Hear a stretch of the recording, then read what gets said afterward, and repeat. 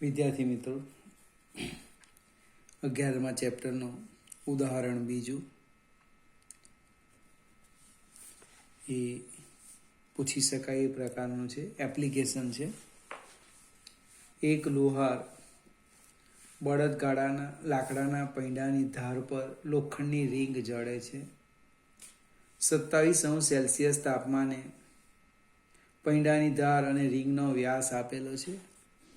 વ્યાસને D લઈએ અથવા લંબાઈનો એલ લઈએ. પૈડાનો વ્યાસ L1 5.243 મીટર અને રીંગનો વ્યાસ આપ્યો છે L2 5.231 મીટર. શરૂઆતનું તાપમાન 27°C એટલે 273 ઉમેરવાના. તમને કોણે કીધું તે પણ જોઈએ આપણે. 300 કેલ્વિન T2 શોધવાના છે. રીંગનો રેખીય પ્રસરણાંક આપેલો છે, એનો એકમ કેલ્વિનમાં છે. 10⁻⁻5 કેલ્વિન ઇન્વર્સ એટલે આને કેલ્વિનમાં ફેરવવાનું. સેલ્સિયસ હોય તો સેલ્સિયસ રહેવા દેવાનું. હવે કોને ગરમ કરવાના? તો રીંગને. મૂળ લંબાઈ આ છે. પહેલાં તો કેટલી ત્રિજ્યા કેટલી કરવાની, લંબાઈમાં વધારો કેટલો?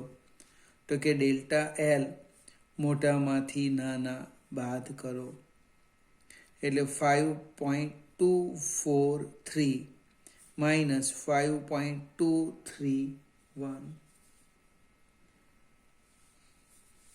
એટલે એ જે તફાવત આવશે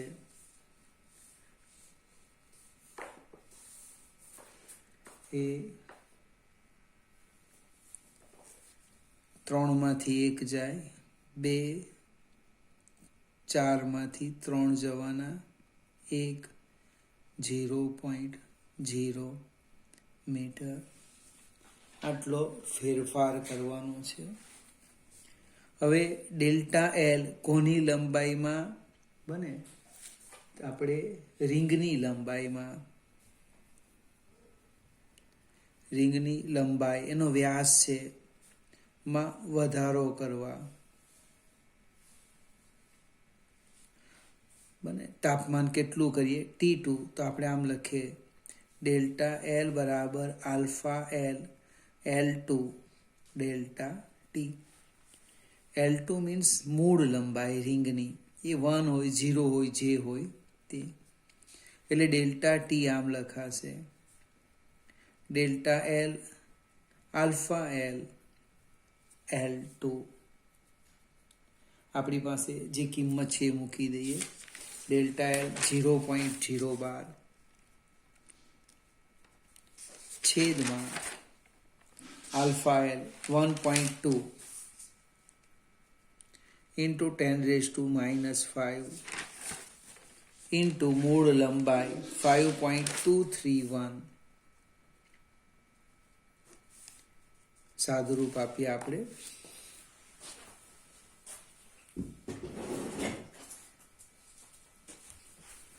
0.012 ભાગ્યા 1.2 એટલે 0.01 ભાગ્યા 5.231 એટલે એક જવાબ આવે છે 0.00191 ઇન્ટુ 10⁻⁻5 છે, ઉપર જશે એટલે +5 થવાના. એટલે જવાબ શું આવશે? 1, 2, 3, 4, 5. કંઈક ભૂલ થઈ એવું લાગે છે. આપણે દશાંશ ચિહ્ન જમણી બાજુ ખસેડીએ. 1, 2, 3, 4, 5 એટલે કેટલા આવશે? 191. 10⁵5 ઘટાડો એટલે આટલા આવશે. કોના બરાબર? ΔT બરાબર.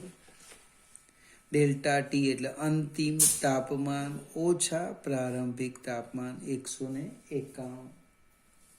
અહીંયા હજુ એક 6 પણ છે, લખવું હોય તો લખાય 0.6 એટલે કે T2 બરાબર 191.6 વત્તા T1 એટલે 191.6 વત્તા 300 એટલે કેટલા થવાના?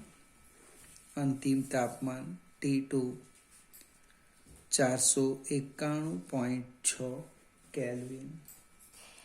એમાંથી 273 બાદ કરી દેવું, -273. 0.15 લેવાના, આપણે 15 લીધા નથી. 491.6 -273 એટલે 218.6 અંશ સેલ્સિયસ. ફરીથી એપ્લિકેશન છે, પ્રશ્ન સમજાવો. કેટલાક મિત્રો વ્યાસ માટે ડાયામીટરનો ડી લે તો પણ ચાલશે.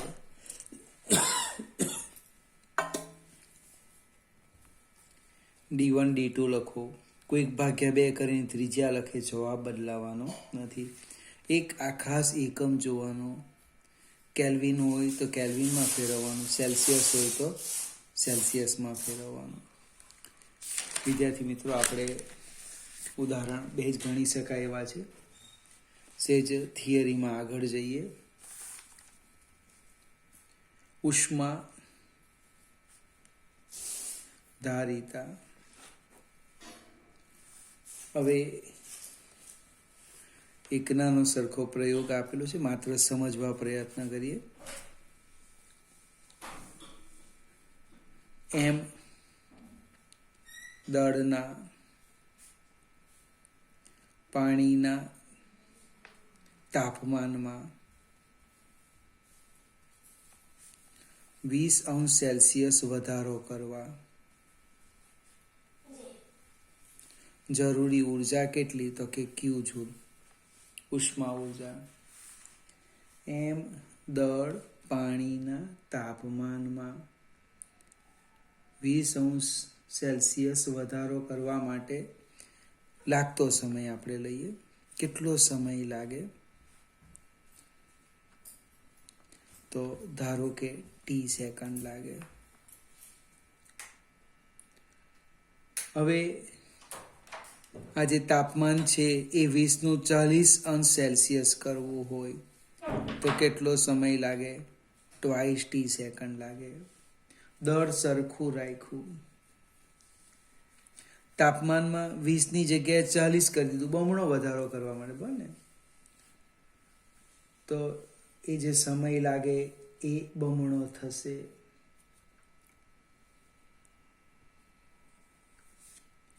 ત્યાર પછી આપણે એક જ પાણીની વાત કરી. હવે પ્રવાહી અલગ અલગ લઈએ. પ્રવાહી અલગ અલગ, દળ અને તાપમાનનો સમાન વધારો લઈએ.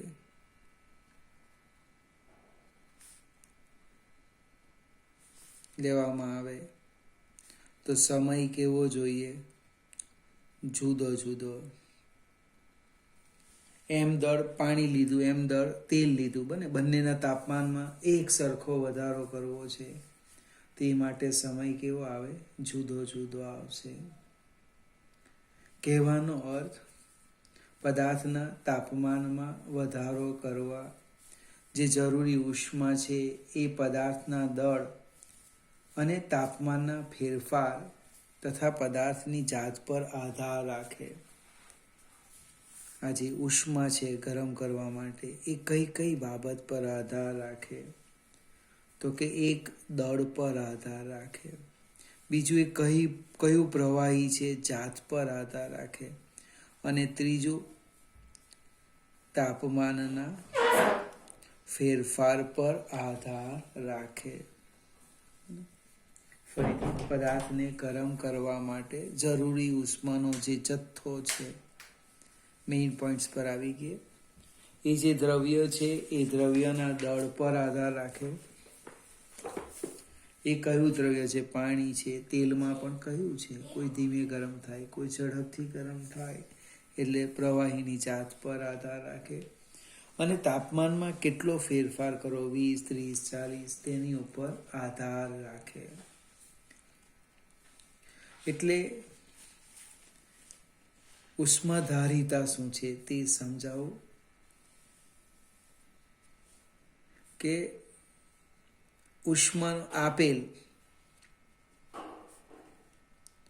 ઉષ્માના જથ્થો,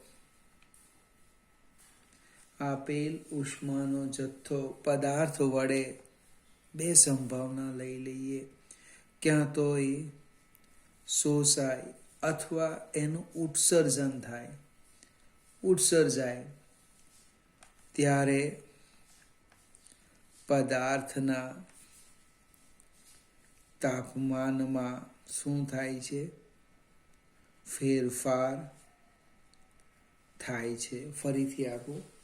આપેલ ઉષ્માનો જથ્થો પદાર્થ વડે બે સંભાવના લીધી, ક્યાં શોષાય ક્યાં ઉત્સર્જાય, ત્યારે શું થાય છે?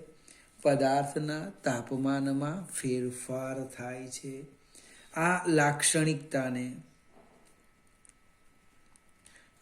લાક્ષણિકતાને પદાર્થની જે હશે તે પદાર્થની ઉષ્માધારિતા કહે છે, હીટ કેપેસિટી. ફરીથી, પદાર્થ વડે ઉષ્માનું શોષણ થાય અથવા ઉત્સર્જન થશે એટલે એક વસ્તુ ફિક્સ થઈ ગયું. શું? તો કે એના તાપમાનમાં ફેરફાર થાય. અને આ જે પદાર્થની લાક્ષણિકતા છે એ પદાર્થને ઉષ્માધારિતા કહે છે. તો એની વ્યાખ્યા જોઈએ. આપણે શરૂઆત કરીએ. આ થોડોક પ્રયોગ સામાન્ય ચોપડીમાં તો એ સમજાયું. આપણે શરૂઆત અહીંથી કરવાની છે કે પદાર્થમાંથી ઉષ્મા શોષી લે અથવા ઉષ્મા આપો, તેના તાપમાનમાં શું થાય? ફેરફાર થાય. તેને આપણે શું કહેવાના? તે પદાર્થની ઉષ્માધારિતા. હવે એની સંજ્ઞા કોઈક એસ લખે અથવા કોઈ હીટ કેપેસિટીમાં આમ લખે, હીટનો એચ, કેપેસિટીનો સી, HC લખે.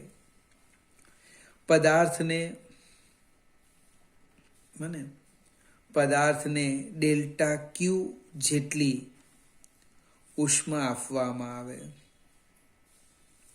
પદાર્થને ડેલ્ટા ક્યુ જેટલી ઉષ્મામાં આપવામાં આવે અને તેના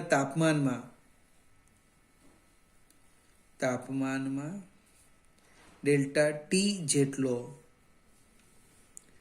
ફેરફાર થાય. ડેલ્ટા ક્યુ જેટલી ઉષ્મા આપો તો આટલું વધશે અને શોષી લેવ તો આટલું ઘટશે, એટલે ફેરફાર થાય. તો ડેલ્ટા ક્યુ અને ડેલ્ટા ટીના ગુણોત્તરને તે પદાર્થની ઉષ્માધારિતા કહે છે. એટલે આમ લખાશે, જો ઉષ્માધારિતા S અથવા HC, heat capacity delta Q by delta T. ફરીથી વ્યાખ્યા સમજાવો. પદાર્થને ડેલ્ટા ક્યુ જેટલી ઉષ્મા આપવામાં આવે તો પદાર્થના તાપમાનમાં ડેલ્ટા ટી જેટલો વધારો થાય. તો ડેલ્ટા ક્યુ અને ડેલ્ટા ટીના ગુણોત્તરને તે પદાર્થની ઉષ્માધારિતા કહે છે. આગળ જઈએ. એ શાના પર આધાર રાખે? તો કે એક દળ પર આધાર રાખે. દળ બદલાય એટલે ઉષ્માધારિતા બદલાય. બીજું શાના પર આધાર રાખે? તો કે પદાર્થની જાત, દ્રવ્યનો પ્રકાર. લોખંડ છે, કોપર છે, પાણી છે, તેલ છે, એની જાત.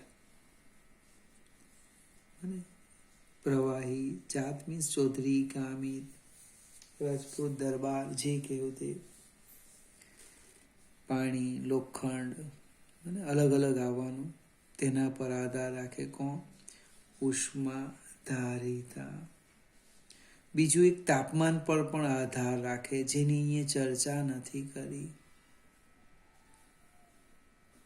એ તાપમાન પર પણ આધાર રાખે, પણ આપણી બુકમાં એવું લખ્યું નથી. ફરીથી એ તાપમાન કાઢી નાખીએ. વ્યાખ્યા પ્રમાણે આધાર બે પર જ આધાર રાખે છે, દળ અને દ્રવ્યની જાત પર. અને અહીંથી લખાય જો, પદાર્થના તાપમાનમાં 1 એકમ વધારો કરવા જરૂરી ઉષ્માને તે પદાર્થની ઉષ્માધારિતા કહે છે. ફરીથી તાપમાન અહીં નહીં આવશે, જો લખું છું, પદાર્થના તાપમાનમાં 1 એકમ ફેરફાર કરવા જરૂરી ઉષ્માના જથ્થાને તે પદાર્થની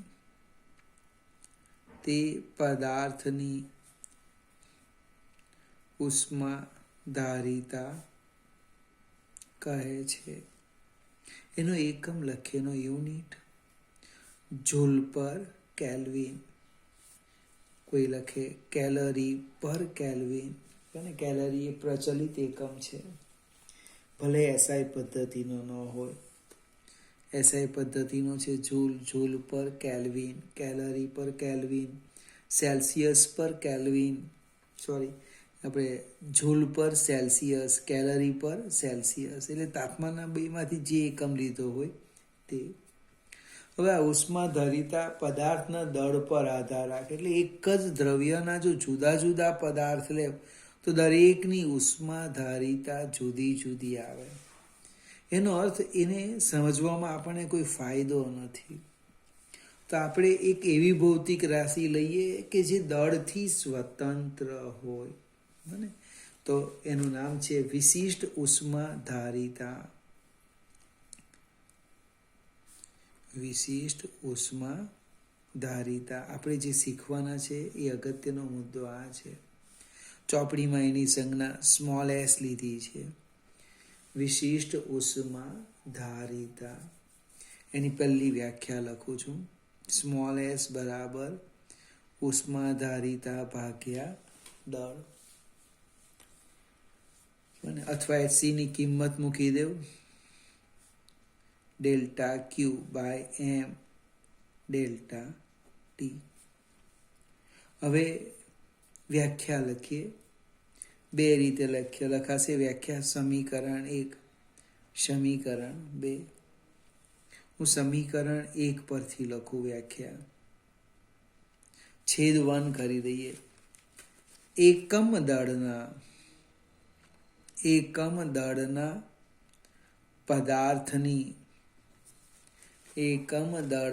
પદાર્થની ઉષ્માધારિતાને તે દ્રવ્યની, જો વાક્યરચના જો પેલામાં તે પદાર્થની લખાતું હતું, અહીંયા લખાય તે દ્રવ્યની વિશિષ્ટ ઉષ્માધારિતા કહે છે.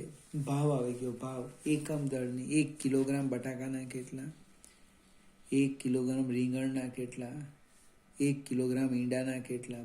ભાવ કહેવાય. એકમ દળ, મને દળથી સ્વતંત્ર થઈ ગઈ જો ભાઈ. એકમ દળના પદાર્થની ઉષ્માધારિતાને તે દ્રવ્યની વિશિષ્ટ ઉષ્મા કહેવાય. લોખંડના ટુકડાની ઉષ્માધારિતા આવે, પણ લોખંડની શું આવે, વિશિષ્ટ ઉષ્મા આવે. બીજી વ્યાખ્યા અહીંથી અપાય, એ પણ ખૂબ અગત્યની છે. સમીકરણ 2 પરથી જો, એકમ દળના પદાર્થના તાપમાનમાં, એકમ દળના પદાર્થના તાપમાનમાં 1 એકમ ફેરફાર કરવા જરૂરી ઉષ્માના જથ્થાને તે દ્રવ્યની વિશિષ્ટ ઉષ્મા ધારિતા કહે છે. ફરીથી છેદવન કર્યો છું. એકમ દળના પદાર્થના તાપમાનમાં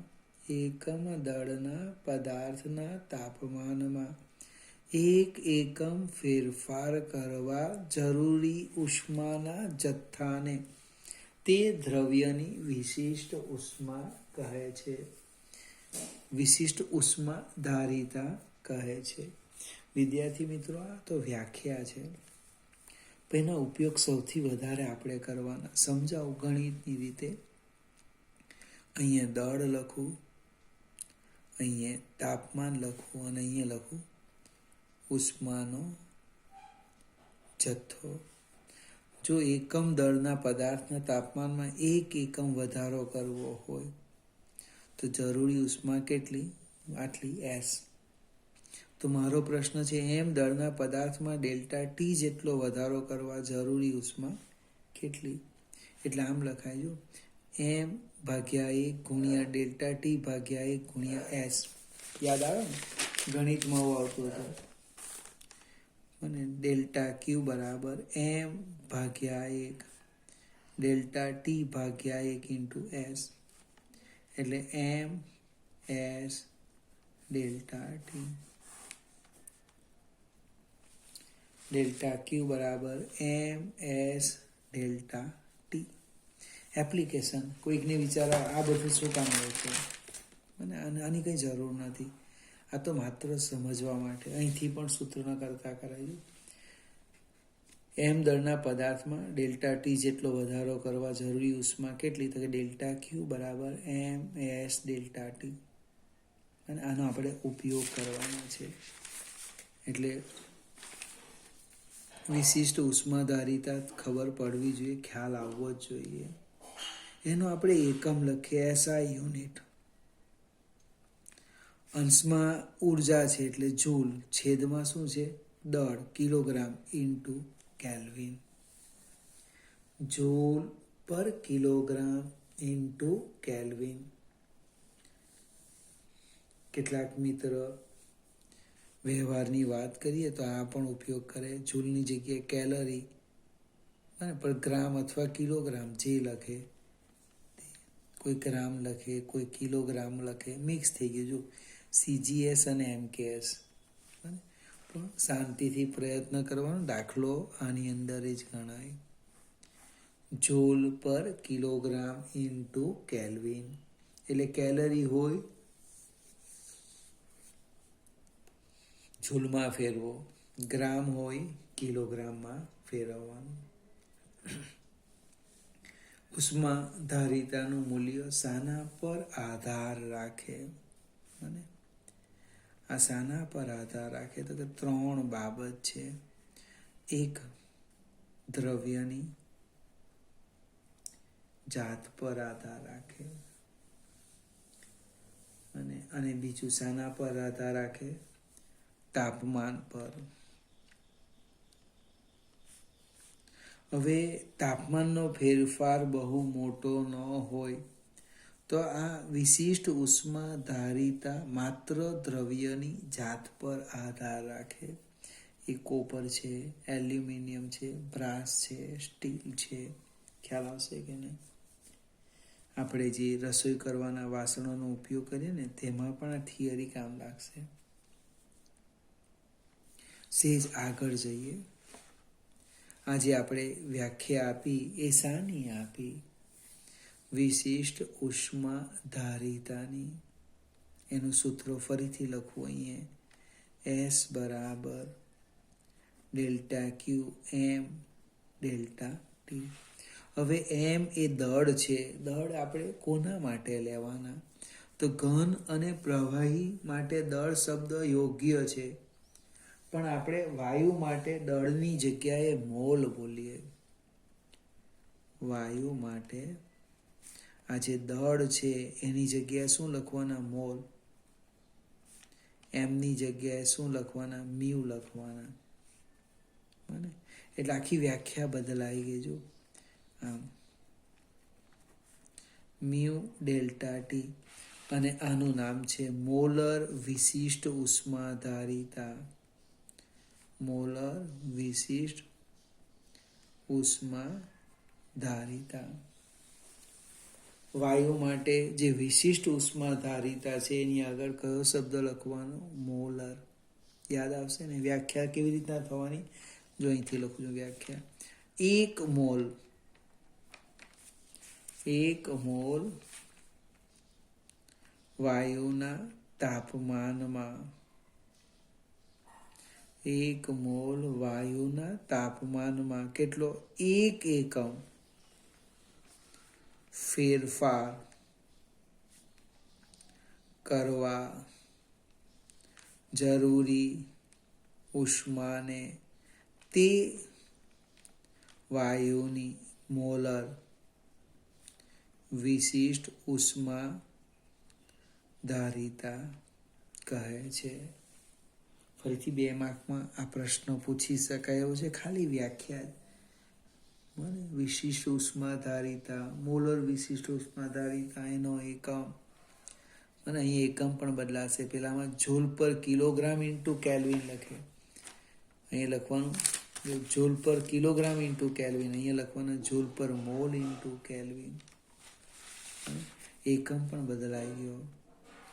એસઆઈ યુનિટ, વાયુની વાત કરતો છું, જૂલ પર મોલ ઇન્ટુ કેલ્વિન અથવા કેલરી પર મોલ ઇન્ટુ કેલ્વિન. હવે તાપમાનમાં વધારો કરવા માટે અહીંયા 2 રીત આપેલી છે. એ 2 રીત કઈ કઈ છે? મને મોલર વિશિષ્ટ ઉષ્માધારિતા 2 રીત આપેલી છે. એક અચળ કદે અને બીજું છે અચળ દબાણે. અચળ કદે એટલે સીપી અને અચળ દબાણે એટલે અચળ કદે એટલે સીવી અને અચળ દબાણે એટલે સીપી. અને એસની જગ્યાએ પાછો સી, જૂના કોર્સમાં સી જ હતો, વિશિષ્ટ ઉષ્મા સી લખ્યો હતો. આપણી બુકમાં સ્મોલ એસ લખેલો છે, અહીંયા સી લખ્યો છે. વ્યાખ્યા કેવી રીતે આપવાના? તો કે કદ અચળ રાખી, અચળ કદે કદ અચળ રાખીજો, કદ અચળ રાખી 1 મોલ, અને પછી બેઠવા લખી દેવાનું, કદ અચળ રાખી 1 મોલ વાયુના તાપમાનમાં 1 એકમ ફેરફાર કરવા જરૂરી ઉષ્માને તે વાયુની મોલર વિશિષ્ટ ઉષ્મા, અચળ કદે મોલર વિશિષ્ટ ઉષ્મા ધારિતા કહે છે. કદની જગ્યાએ દબાણ લખી દેવું. અચળ દબાણે 1 મોલ વાયુના તાપમાનમાં 1 એકમ ફેરફાર કરવા જરૂરી ઉષ્માના જથ્થાને અચળ દબાણે મોલર વિશિષ્ટ ઉષ્મા કહે છે. એટલે મોલર વિશિષ્ટ ઉષ્માની જે વ્યાખ્યા છે એ જ લખવાની, પણ અચળ કદ હોય સીવી તો કદ અચળ રાખવાનું, સીપી હોય તો દબાણ અચળ રાખવાનું. ફરીથી વિદ્યાર્થી મિત્રો, કેટલાક વાયુની મને મોલર વિશિષ્ટ ઉષ્મા આપેલી છે. શાંતિથી ચોપડીમાં જોજો કોની વધારે છે, કોની ઓછી છે, શા માટે આ દ્રવ્યોનો શીતક તરીકે ઉપયોગ થાય એ સમજાવેલું છે. હવે એક શબ્દ છે કેલોરી મીટર.